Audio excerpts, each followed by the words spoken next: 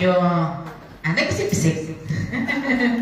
Magdala po ba tayo na makinig ng salita ng Diyos? Magdala po ba tayo mag-bless? Amen. So ngayon, tinatawagan ko si Sister Alma Momonga. Ayan, salita ng sa atin. Pero kung kapalaran natin, Panginoon. Anointed na MC natin today. Praise the Lord. Happy Valentine's po sa lahat. Happy Valentine's po. Patsiyo po tayo muna sa isang maikling panalangin. Sa ngalan ng Ama, ng Anak, ng Espiritu Santo. Amen. Hallelujah, Lord. Maraming salamat sa araw na ito, Lord, na kami aming Ama ay sama-sama nagkakaisa po muli sa pananambahan sa lugar na ito. This is indeed a very anointed place, Lord. A holy ground for you, Father.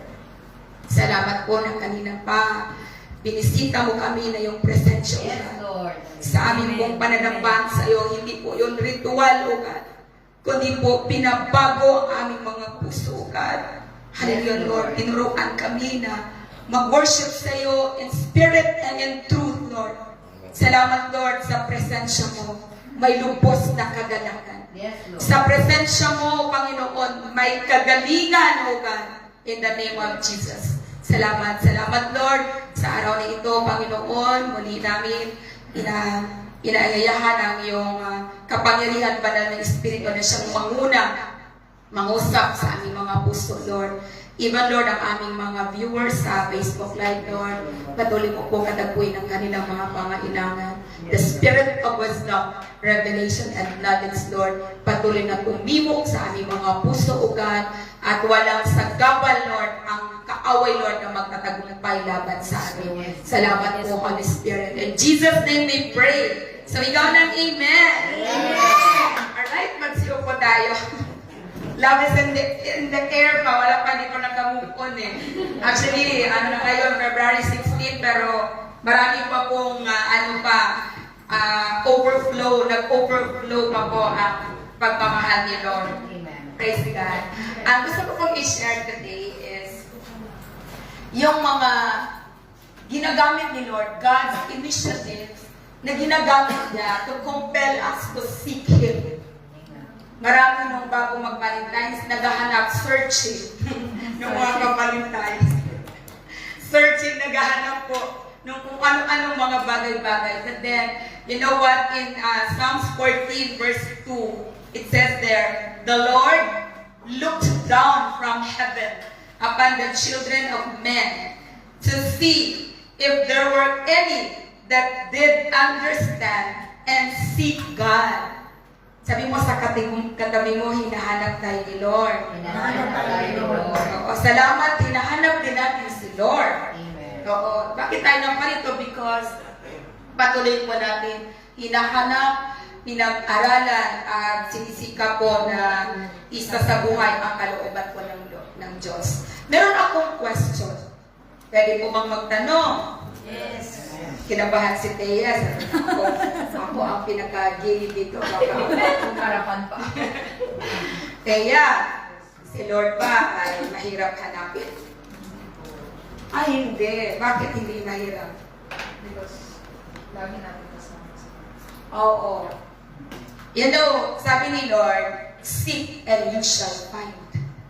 Nandyan lang si Lord talaga lagi. Kaya lang, maraming taong ayaw hanapin si Lord.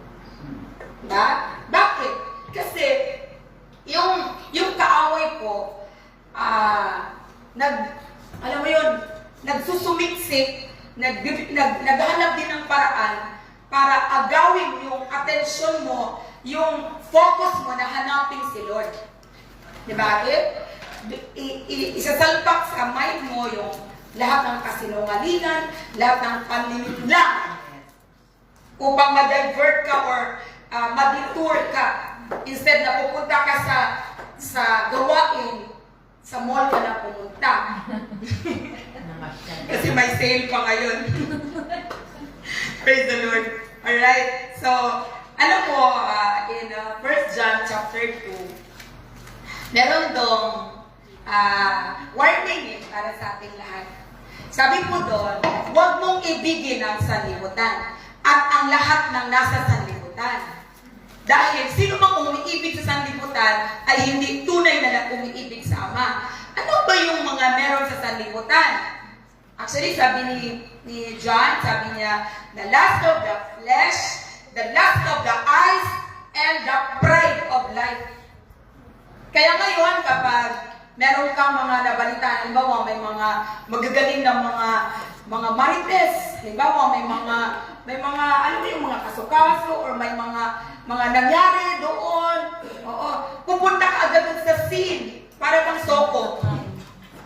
Ano gagawin doon sa soko? Ano ba ibig sabihin ng soko? Scene of the crime. Oo. Diyos ko, nauna lang magbalita, naunahan ko yung mga broadcaster dyan, mga tagapagbalita.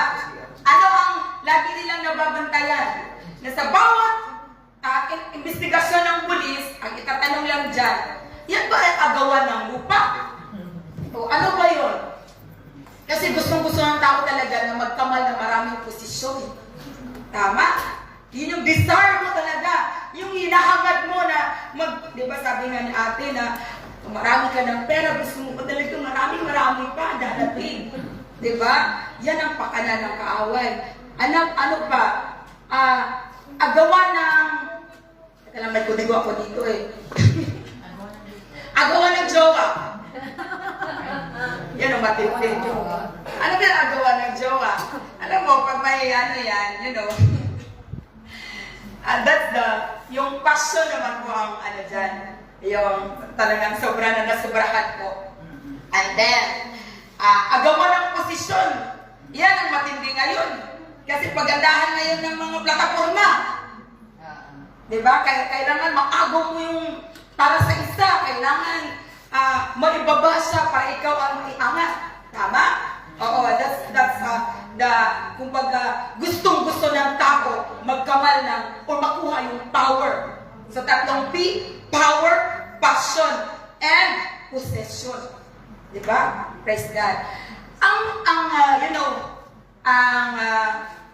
Ang devil, hahanap talaga siya ng maraming paraan para paniniwalain tayo na yan, yung tatlong yan, ang mahalaga para sa tao.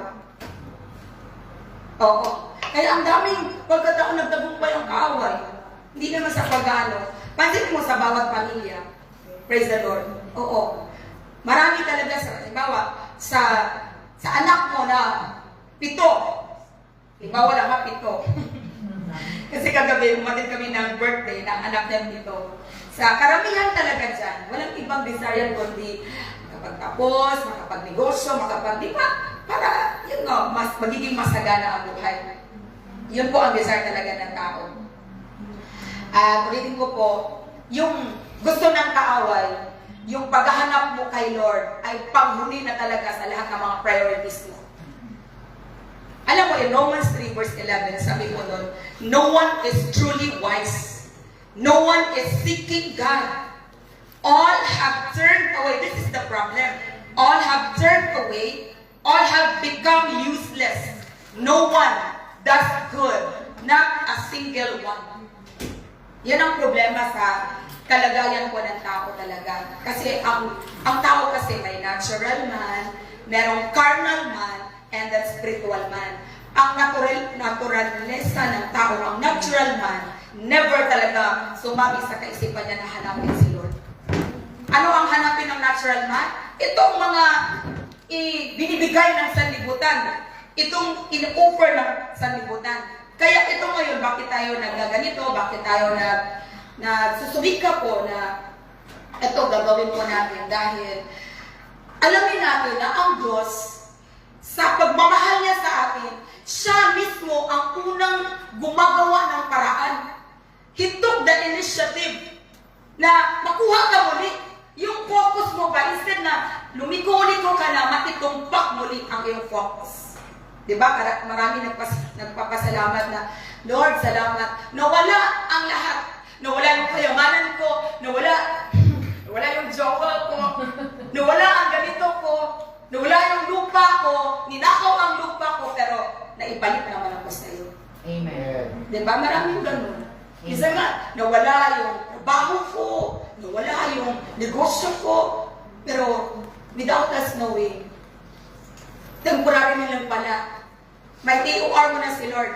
Ano ba ba? TRO, temporary restraining order. Sabi na, TRO mo na tayo ha, kasi mas higit na mas maganda ang gagawin ko sa'yo. Amen. Kapag hinahanap mo na ako, bakit Matthew 6:33 ano yun? Seek first the kingdom of God and His righteousness, and all other things shall be added to you as well. Amen. Yun ang gusto ni Lord. Kaya para hindi tayo mahirapan. Kasi para hindi tayo